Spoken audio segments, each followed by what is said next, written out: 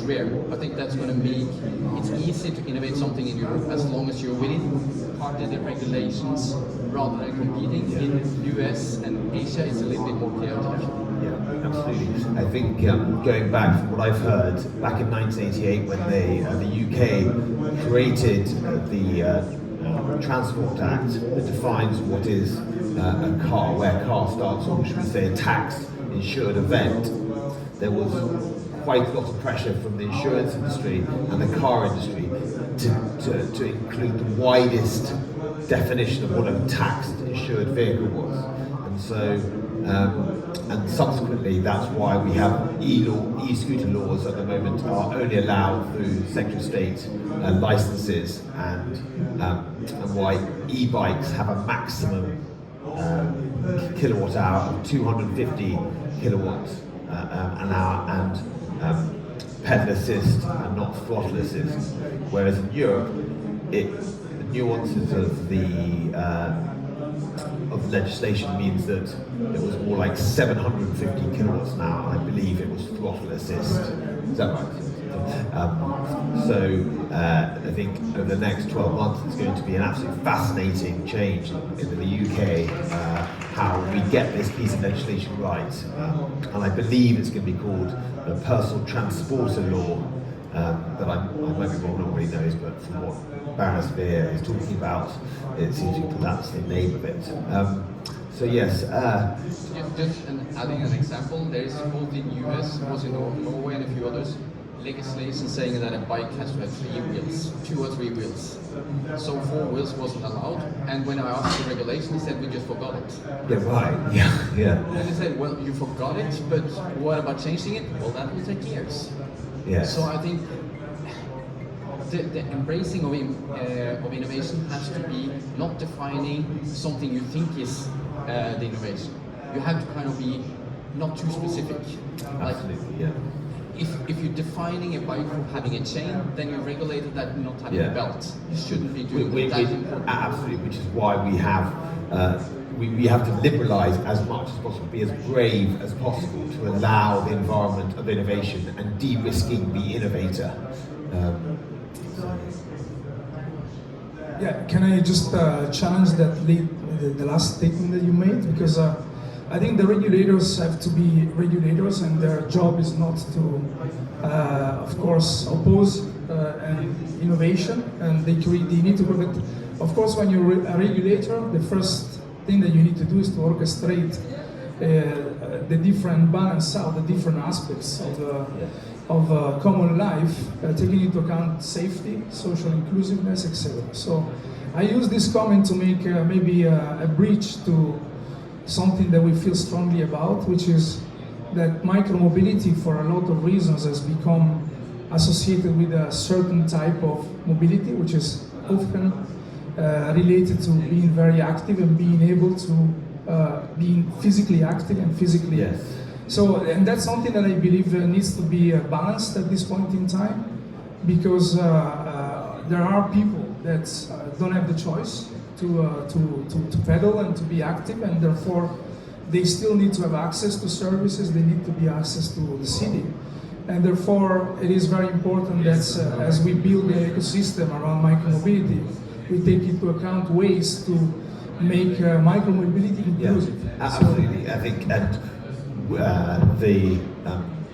the various charities involved in scoping this new piece of legislation, including the blind, other individual organisations that share the street space, is going to be critical to validate this new way of moving. So I think you're absolutely right. So in that sense, when the cities are limiting the access to let's say large vehicles into the city center, when they're limiting the speed, and when they're promoting an active life, of course it makes sense to also look at what we can do as designers and as innovators to make mobility in central areas accessible for people that don't have that.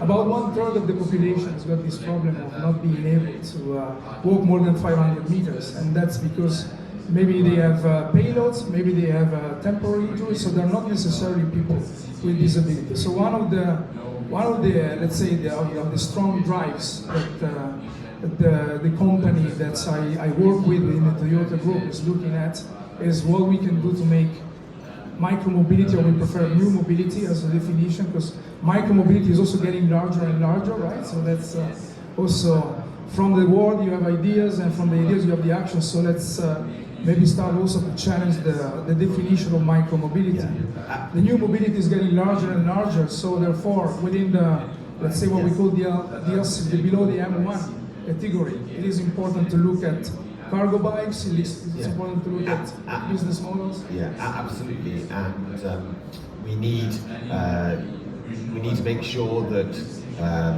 when councils and local authorities and other stakeholders choose, they're not choosing monopolies, which naturally occur. As we've seen in the UK, the way in which the e-scooter rules have come about in our trials, there has been an element of monopoly, which for right or for wrong reasons does reduce innovation. And hopefully when the laws change next year, we might see rapid uptake and of both innovation and usage because of the suitable laws. I just want to do quickly, 30 seconds each, there's going to be a pledge. It's called the Move 2022 Pledge. And so quickly, what is your pledge to micromobility? And start to my right, it's taking 20 seconds, go. I just already hinted in that direction. For us, it's to make micromobility more accessible to more people. That's our objective and our mission. That's what we're going to try to do. Perfect. Jonathan. I think everyone should take over the responsibility for us and also for the next generation to really change something and think about the behavior we have when it comes to mobility. Yeah, we believe that we can replace car traffic with cycling, making cycling more attractive in all weather, and also downsizing every usage of transporting. So less energy, less charging infrastructure required, make it more sustainable. I think for us at Dash, it's also about accessibility. We're trying to increase that accessibility. We have a lot of data that shows that actually women are 30% more likely to use a subscription service like Dash than traditional cycles work. So increasing that accessibility to everyone. Absolutely. I think we are all being affected by the great winds of change.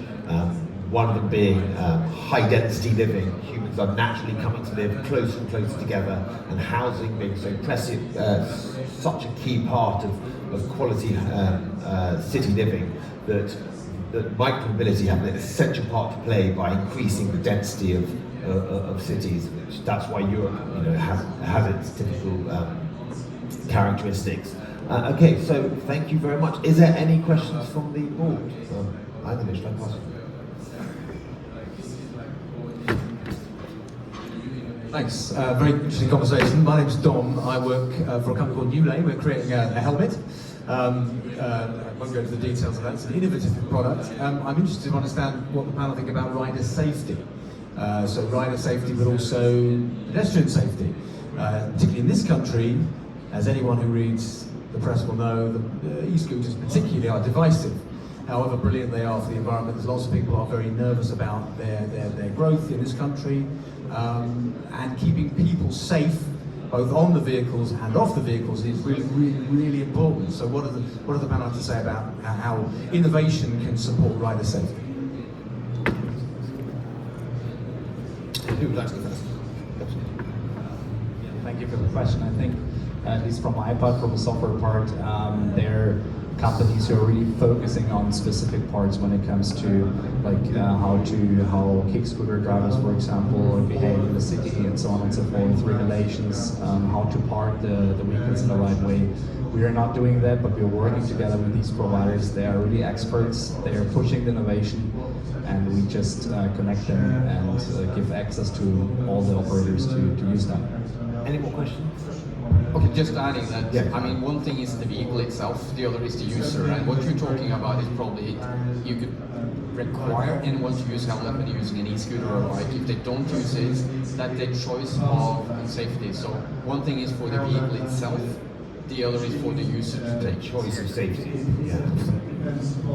Clear on what it was said that if you're riding a kick scooter today, you have 60 times more chances of ending up in an hospital. That's published data.